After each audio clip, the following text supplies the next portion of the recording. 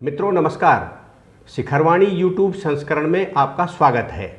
हमें इसमें एक विशेष महत्व के मुद्दे की चीरफाड़ करते हैं। आज का हमारा मुद्दा है पंजाब में पूर्व पटियाला महाराज अमरिंदर सिंह की अनदेखी कर क्रिकेटर से नेता बने नवजोत सिंह सिद्धू को कांग्रेस की कमान देना।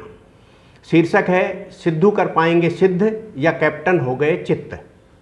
पंजाब में कांग्रेस नया प्रयोग कर रही है, वह भी विधानसभा चुनाव के कुछ दिन पहले ही। विवाद मुख्यमंत्री कैप्टन अमरिंदर सिंह और क्रिकेटर से नेता बने नवजोत सिंह सिद्धू के बीच में था, लेकिन राजनीतिक बलि ले ली गई पूर्व राज्यपाल, पूर्व लोकसभा के अध्यक्ष, वरिष्ठ नेता बलराम जाखड़ के बेटे सुनील जाखड़ की।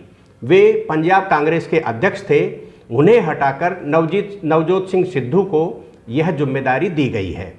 ये प्रयोग कांग्रेस गुजरात में भी कर चुकी है। गुजरात में भी कांग्रेस के अनेकों ऐसे बड़े नेता थे, लेकिन युवा आंदोलनकारी हार्दिक पटेल को गुजरात की कमान दी गई। इसी प्रकार का प्रयोग जब पंजाब में किया जाता है, तब राजनीतिक स्थिति का आकलन करना स्वाभाविक हो जाता है। गुजरात में कांग्रेस के प्रति अनुकूल माहौल होने के बावजूद भी केवल पार्टी के मुख्य नेताओं को दूर करने के कारण भाजपा को पटकनी देने में कांग्रेस कामयाब नहीं हो पाई।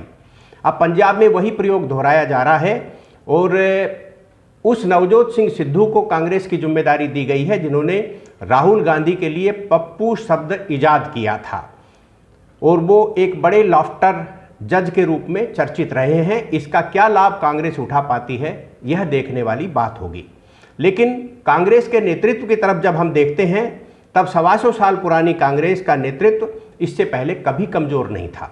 गांधी परिवार के प्रति पार्टी के नेताओं का विश्वास आज भी है, लेकिन नेतृत्व अनिर्णय की हालातों से खुद ही गुजर रहा है। पार्टी में अब चुनाव जिताने के लिए कोई शुभंकर शेष नहीं बचा है। यदि हम देश के बड़े 10 राज्यों की चर्चा करते हैं, तब हमें ये सारे हालात समझ में आएंगे कि कांग्रेस किस हालात में पहुंचती जा रही है। पश्चिम बंगाल की हम चर्चा करते हैं। वहां के अंतिम मुख्यमंत्री थे सिद्धार्थ शंकर रे। 1977 में सत्ता गई, 44 बरस हो गए। सबसे ज़्यादा चिंताजनक बात यह है कि पश्चिम बंगाल विधानसभा में कांग्रेस का एक भी विधायक नहीं है। उसके पड़ोस में एक बड़ा राज्य है बिहार। बिहार के अंतिम मुख्यमंत्री थे पंडित जगन्नाथ मिश्र। 1990 तक उनका कार्यकाल था।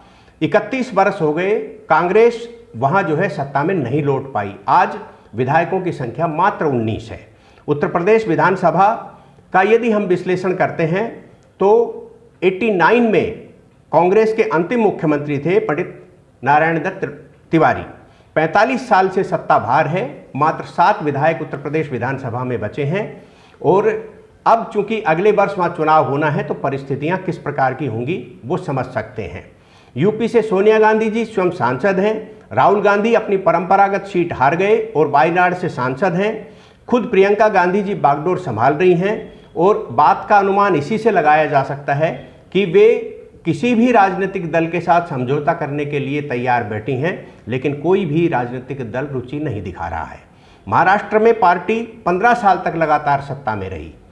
7 साल पहले सरकार से बाहर हुई थी। आज स्थिति यह है कि पार्टी वहाँ चौथे नंबर पर है और अपनी धुर विरोधी शिवसेना को समर्थन दिए हुए है।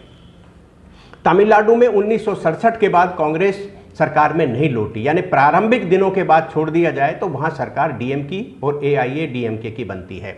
अब की बार कांग्रेस के लिए प्रसन्नता का विषय ये हो सकता है कि डीएमके के साथ मिलकर के वो सत्ता में शामिल है।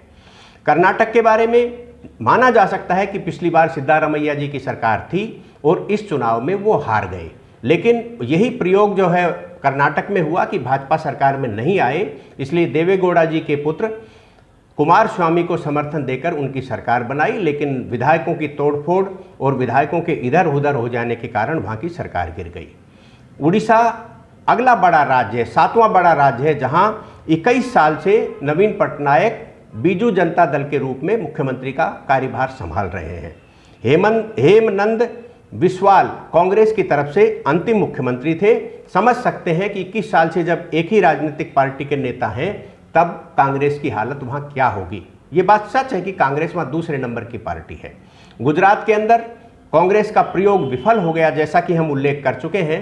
गुजरात में आने वाले विधानसभा चुनाव में कौन जो है भाजपा की टक्कर देने के लिए नेतृत्व करेगा, अभी तक स्पष्ट नहीं है। मध्य प्रदेश वह राज्य है जहां 15 साल से भारतीय जनता पार्टी की सरकार थी, उसको हटाकर कमलनाथ के नेतृत्व में मध्य प्रदेश में सरकार बनी। 15 महीने में कमलनाथ सरकार को नहीं संभाल पाए। कमलनाथ मुख्यमंत्री बनने के बाद उन्होंने पहले अपने घर में ही लड़ाई लड़ना प्रारंभ की और ज्योतिरादित्य सिंधिया के साथ उनका युद्ध हुआ, राजनीतिक युद्ध हुआ। परिणाम स्वरूप ज्योतिरादित्य सिंधिया अपने समर्थकों के साथ भाजपा में चले गए और कमलनाथ की सरकार गिर गई। कमलनाथ जैसे सशक्त व्यक्ति यदि मध्य प्रदेश में सरकार नहीं संभाल पाए, तब यह अनुमान लगाना आसान है कि आने वाले समय में मध्य प्रदेश में कांग्रेस की स्थिति क्या रहेगी। राजस्थान में कांग्रेस को एक बार सरकार मिलती है, दूसरी बार भाजपा को मिलती है। इस बार कांग्रेस का नंबर है, लेकिन यह पहला अवसर है कि अशोक गहलोत अपने साथियों को नहीं संभाल पा रहे हैं और सचिन पायलट के रूप में उनका विरोध हो रहा है। ये विरोध हाईकमान के गले की हड्डी बना हुआ है। हम पंजाब की राजनीति की तरफ फिर लौटते हैं।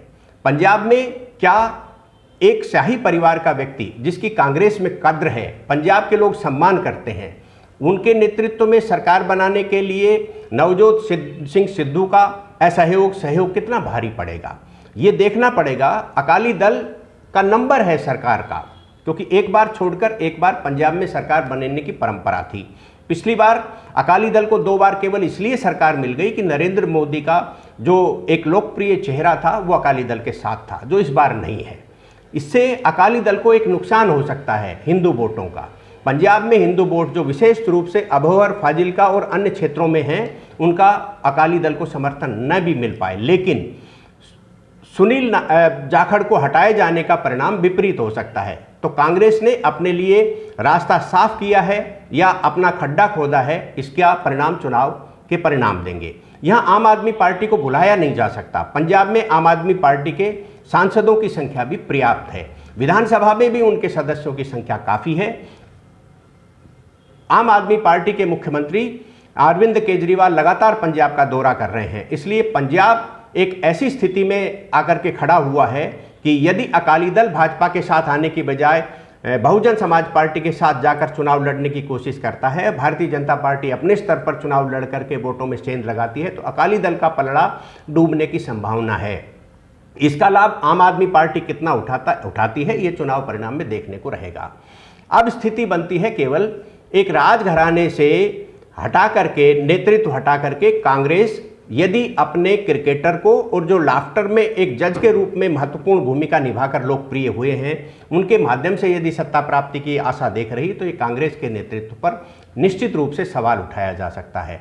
कांग्रेस का नेतृत्व इस समय अनिर्णय की स्थिति में है और वो अनिर्णय ये सिद्ध करने के लिए पर्याप्त हो जाता है कि क्या कांग्रेस अपने पुराने नेताओं को साइड करके एक नई कांग्रेस की रचना कर रहे हैं, क्योंकि इंदिरा गांधी के समय में कांग्रेस का विभाजन कर इंदिरा जी ने एक नई कांग्रेस बनाई थी। आज गांधी परिवार की ताकत इतनी नहीं है कि वह पुराने नेताओं को दरकिनार करके एक नई कांग्रेस का गठन कर दें। G23 के नेताओं का दबाव जो है पंजाब के सहित अन्य राज्यों के निर्णयों में दिखाई दे रहा है, इसलिए ये माना जा सकता है कि पंजाब को लेकर कांग्रेस का निर्णय कहीं गुजरात में हार्दिक पटेल के निर्णय जैसा सिद्ध नहीं हो जाए, इस पर हमको विचार करना पड़ेगा। शिखरवाणी यूट्यूब संस्करण के आज के अंक के लिए इतना ही। मुझे सुरेश शर्मा को इजाज़त दीजिए। नमस्कार।